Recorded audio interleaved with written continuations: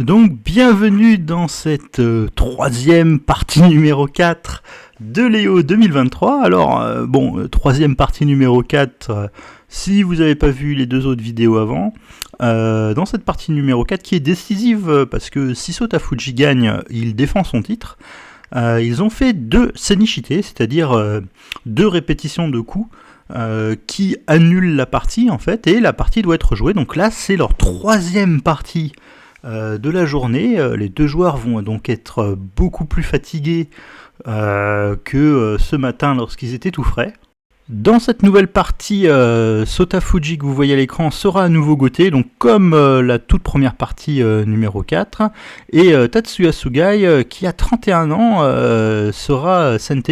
Alors il est un peu plus vieux, peut-être que la fraîcheur de Fuji qui a que 20 ans va jouer, à savoir que le règlement en fait imposait que les joueurs aient au moins 1 heure à la pendule. Donc Sota Fuji, à qui il restait 2 minutes à la pendule, a vu son temps augmenter à 1 heure, et du coup Tatsuya Sugai, qui avait 58 minutes, qui avait 8 minutes, pardon, a eu son temps qui est maintenant à 1h06.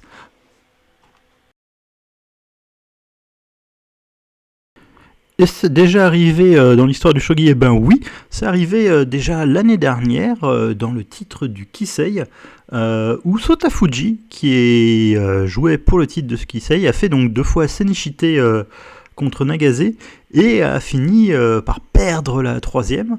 Donc ce que Sota Fuji a appris de cette expérience, on va voir. Alors les premiers coups sont joués, ils répètent pour l'instant leur partie du matin. Donc les coups sont joués relativement vite, parce que à la base ils avaient chacun 4 heures de réflexion plus 1 heure de byoyomi, et là maintenant ils vont commencer avec tous les deux 1 heure pour Fuji et un petit peu plus donc pour Tatsuya Sugai.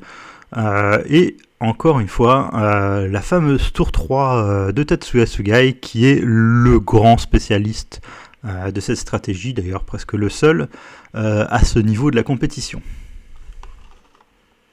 Donc les coups sont joués assez vite, je vais vous laisser apprécier ce début de partie qui est joué rapidement, et on fera un point dès qu'on obtiendra une position qui est vraiment, on va dire, différente de la vidéo de la partie numéro 4, car là pour l'instant les coups sont à peu près les mêmes.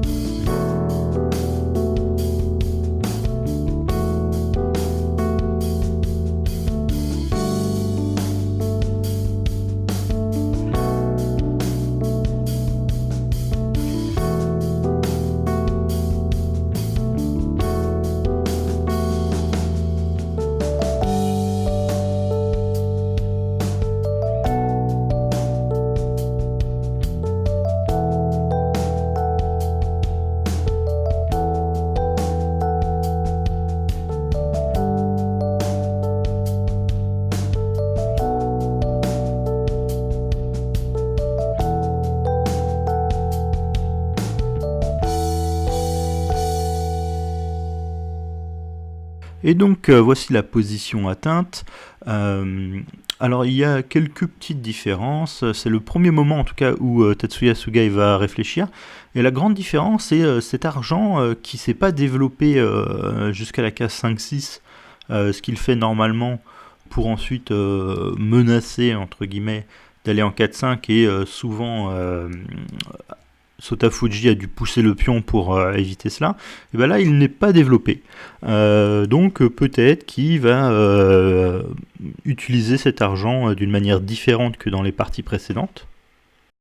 Et effectivement, au bout d'un moment, Tatsuya Sugai décide de jouer ce pion 5-6, donc effectivement ça ne va pas être par là que l'argent va aller, donc il s'est découvert un nouveau parcours. Donc maintenant il va falloir voir si c'est une amélioration ou pas. Fuji joue assez rapidement Fou 3-3, et là effectivement on avance le général d'argent. Fuji continue son château. Le général d'argent avance maintenant, menace probablement de venir quand même en 4-5. Donc c'est pour ça que Fuji maintenant bloque cette case. Et on a ce coup là qui est typique de l'Anaguma, donc ça montre que Tatsuya Sugai veut jouer l'Anaguma.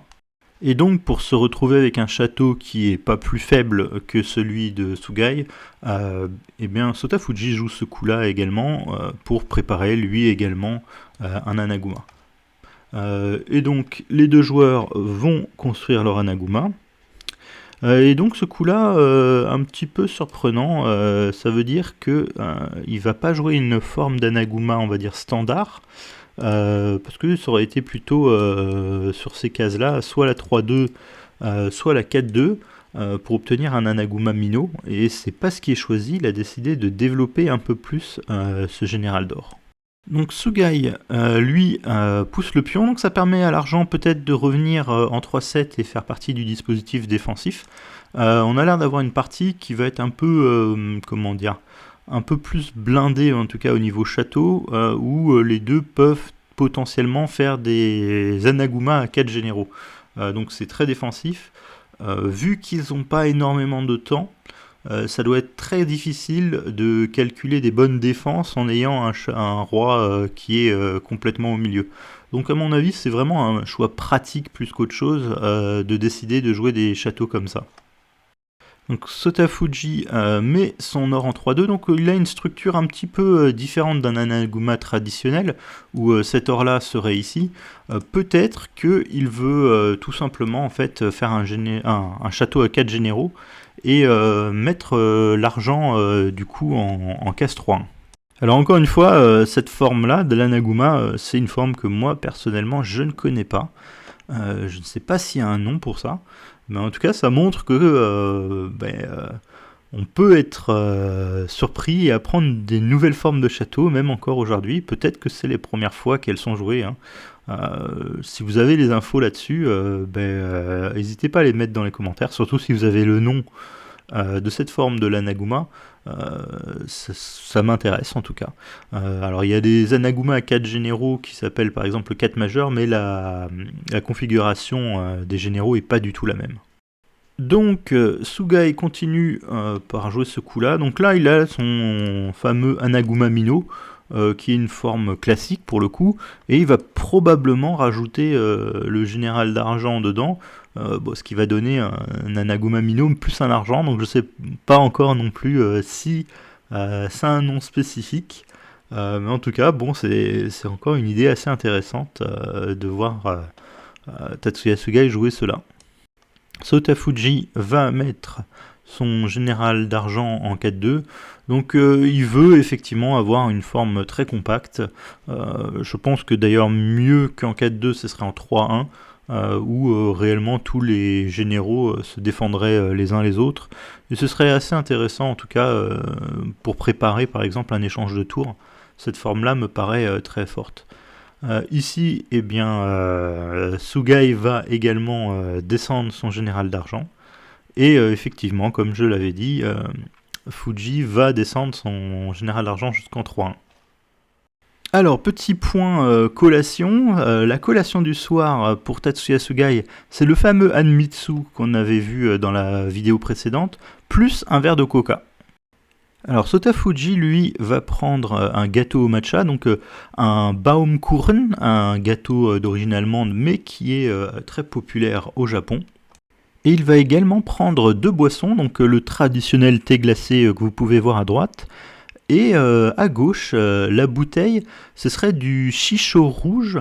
Donc le chicho, ce serait une plante qui serait apparentée à la menthe et dont on ferait des boissons qui sont très consommées, en tout cas au Japon, l'été. Donc c'est les premiers moments réellement de réflexion pour Sugai, qui va décider de pousser ce pion. Ici, Sotafuji va pousser le pion 7-4, et Sugai va finir son château, son Anaguma. Et maintenant, c'est le premier moment où Fuji va réellement réfléchir également. Et il va décider ici de changer sa tour de colonne pour attaquer maintenant sur la tête du fou. Alors ici, Sugai va réfléchir très longtemps. Enfin, très longtemps, c'est relatif parce qu'ils ont que 1 heure pour cette partie, et va jouer ce coup tour en 5-8, qui va donc commencer à peut-être mettre la pression sur la case 5-5. Fuji va très rapidement pousser son pion, ça va être pris immédiatement par Sugai, et ça va être repris immédiatement par Fuji. Et maintenant, Sugai va jouer un coup que personnellement je n'aime pas du tout. Il va pousser le pion 5-5. Alors pourquoi j'aime pas du tout ce coup? Alors, bon, si jamais Fuji décide de le prendre avec le cette variante là par contre ça devrait aller parce que bon, on va réattaquer la tour, donc la tour peut pas rester au contact de ce pion, on va probablement prendre ce pion. On va prendre ici, on va menacer promotion là, et on va menacer également prise du pion.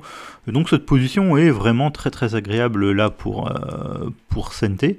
Donc ce serait le moment idéal, enfin en tout cas la suite idéale pour Sente. Mais bien sûr, eh bien, il va pas prendre avec le pion, il va prendre avec la tour. Et donc ici, il n'y a plus vraiment de choix, hein. On va être obligé d'échanger les tours, hein. On va pas remettre le pion parce qu'on va réatteindre la même position que tout à l'heure, sauf qu'on n'a plus le pion en main, donc ce serait clairement bête. Et puis on n'a pas trop d'autre choix de redécaler la tour parce que la tour va rentrer, donc on est forcé ici d'échanger les tours.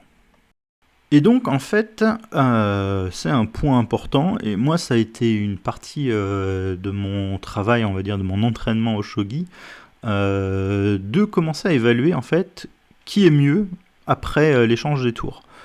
Et alors, de règle générale, on dit souvent que le côté qui a joué tour mobile va être mieux lorsqu'il va échanger les tours.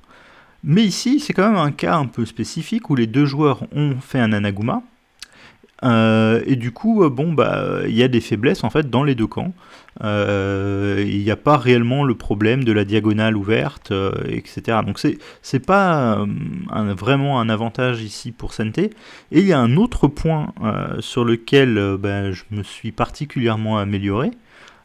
C'est aussi de considérer que pour une tour mobile, le fou est une mauvaise pièce. C'est une mauvaise pièce, on aimerait beaucoup l'échanger contre ce fou-là, parce que ce fou de Gothé fait partie du dispositif du château, et donc ça implique 2 choses. Ça implique que d'une, il va défendre comme si c'était un général dans le château, et l'autre chose, c'est qu'il est protégé, parce qu'il fait partie du dispositif du château, contre des attaques, on va dire, de pièces mineures, voire de la tour qui pourrait venir l'harceler.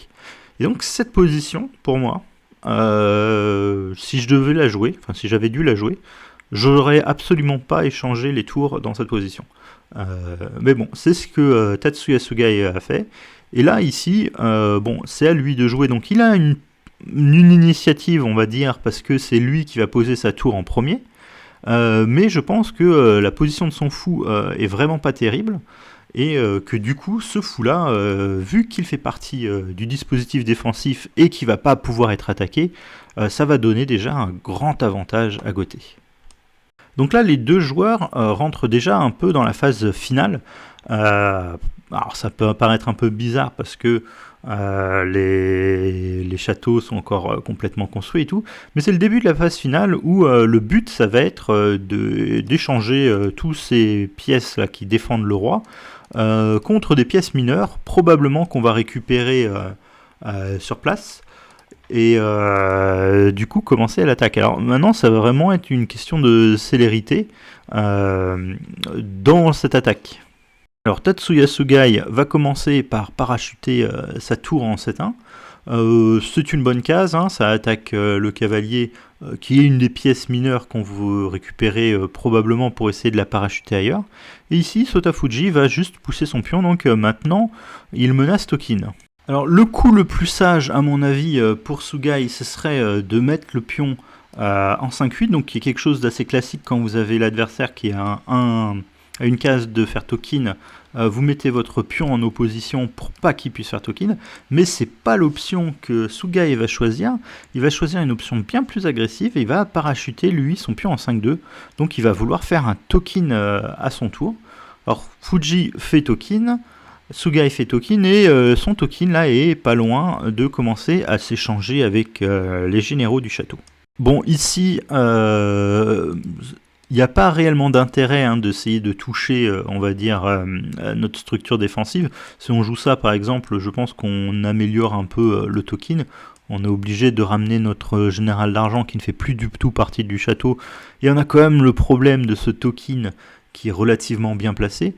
Donc c'est clairement pas ce que Fuji souhaite. Et lui, il va falloir qu'il attaque aussi. Il a ce Tokin aussi qui est très bien placé pour lancer une attaque.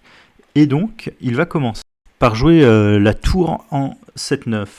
Alors, il y a plusieurs raisons à ça. Déjà, ce fou est cloué maintenant, il ne pourra pas se déplacer parce qu'on va pouvoir prendre.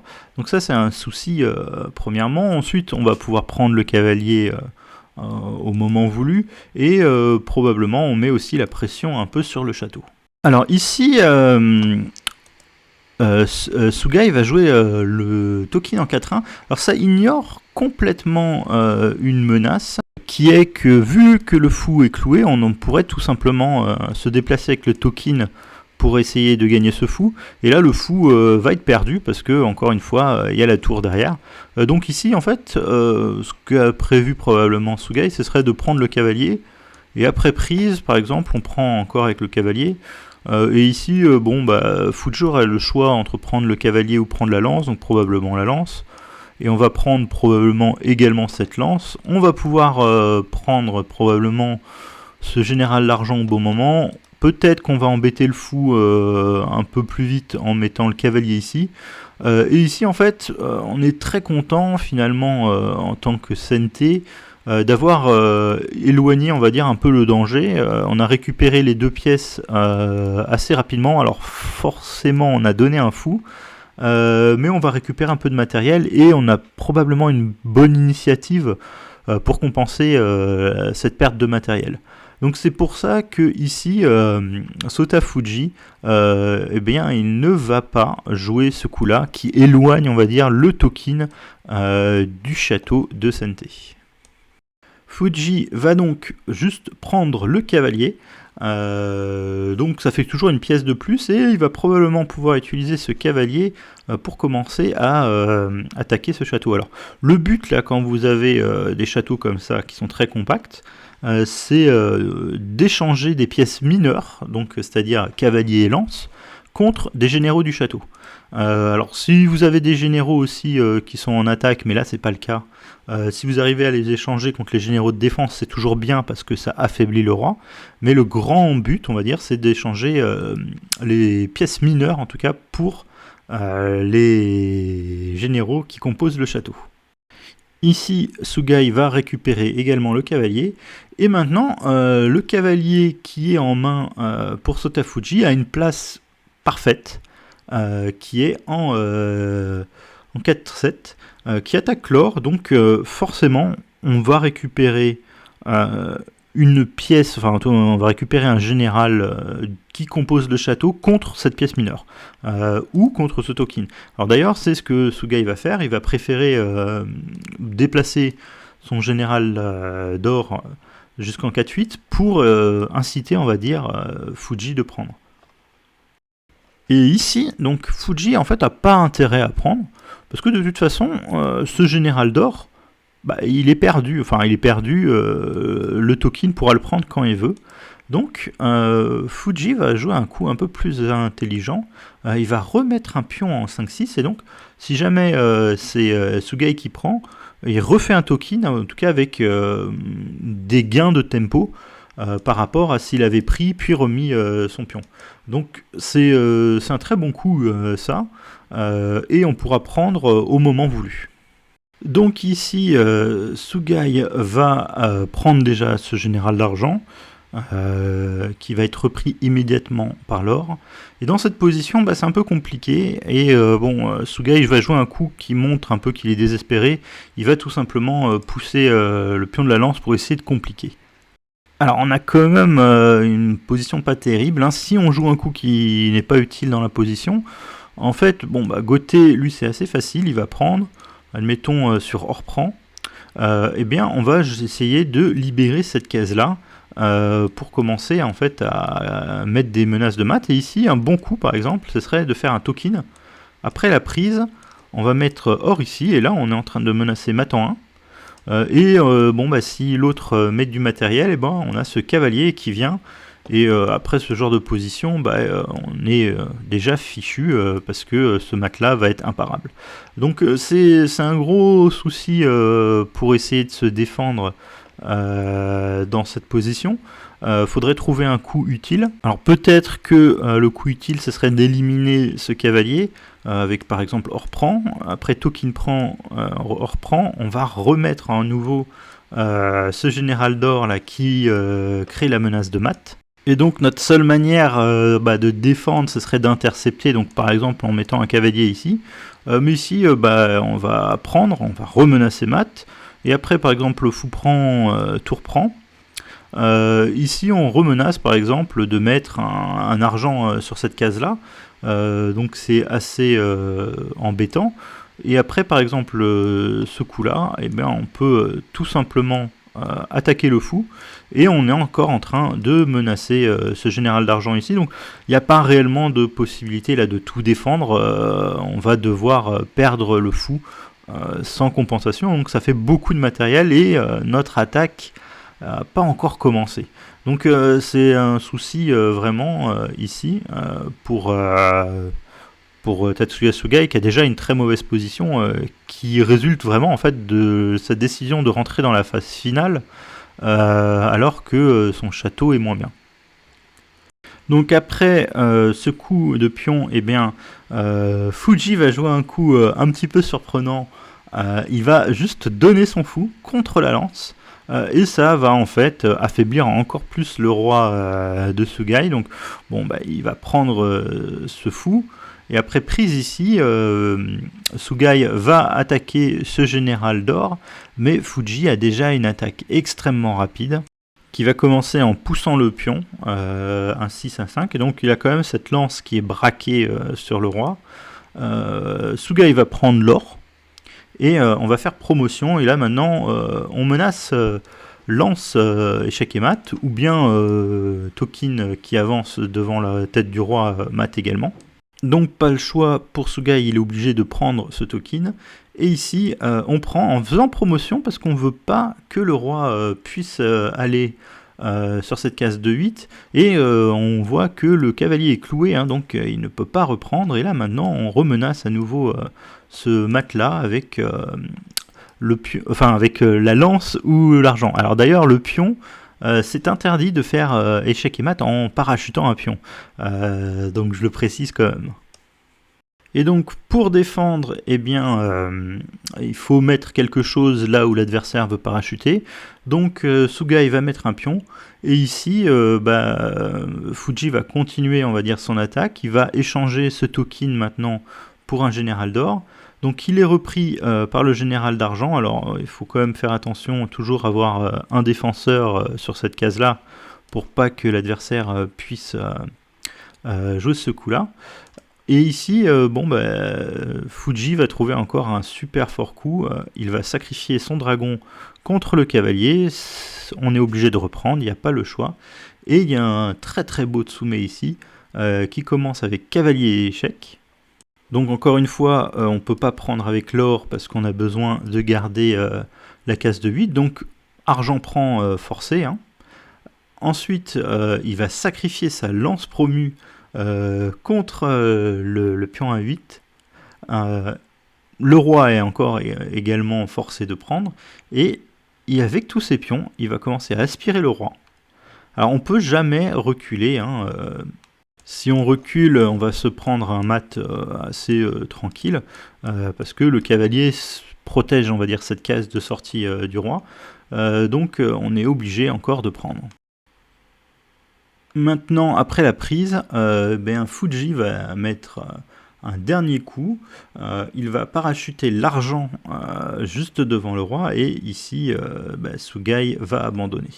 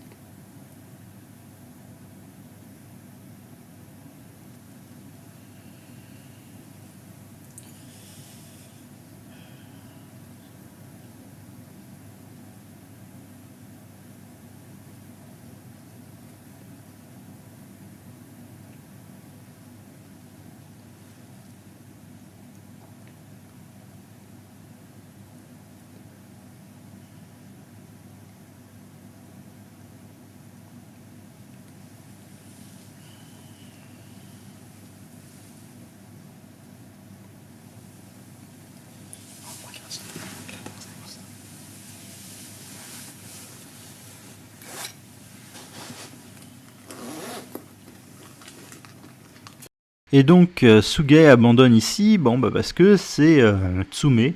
Alors bien sûr, si on recule, on a ce Tsume là qu'on avait déjà vu plusieurs fois, où le cavalier à chaque fois contrôle cette case-là. Et donc, qu'est-ce qui se passe? Alors si on vient ici, je précise quand même, il y a un Tsume très simple. Et la grande ligne, c'est qu'est-ce qui se passe si on prend? Et bien si on prend, il faut trouver un nouveau coup qui est assez fort. C'est lance 1-4. Si on reprend, il y a ce Tsume ici, parce que les cases sont protégées, et donc c'est Tsume. Et si on recule, il va y avoir un Tsume un peu plus long, où on attaque le roi qui ne peut pas fuir à cause des pions. On est obligé de reculer, et en fait on va remettre le roi dans sa boîte à l'origine, et on va finir comme ça. Et donc avec cette victoire, Sota Fuji termine le match puisqu'il gagne 3-1 et conserve son titre de Leo. Alors il aura d'autres échéances, hein, il doit encore obtenir une victoire pour gagner le titre de Meijin, puis il va avoir plusieurs titres à défendre, le Kisei tout d'abord et puis l'Oi, tous les deux contre le même joueur, hein, Daichi Sasaki qui est le challenger dans ces deux titres. Et il est encore présent dans le tournoi de Losa, donc s'il veut obtenir tous les titres en même temps, il va falloir aussi qu'il performe dans ce tournoi-là. Moi, je vous remercie de m'avoir suivi. N'oubliez pas de vous abonner si ce n'est pas fait, ça vous permet quand même de voir les vidéos quand est-ce que je les poste. Je sais que certains viennent du Discord français, mais je poste pas forcément les vidéos dessus. Donc si vous voulez être prévenu en temps et en heure, n'hésitez pas à vous abonner.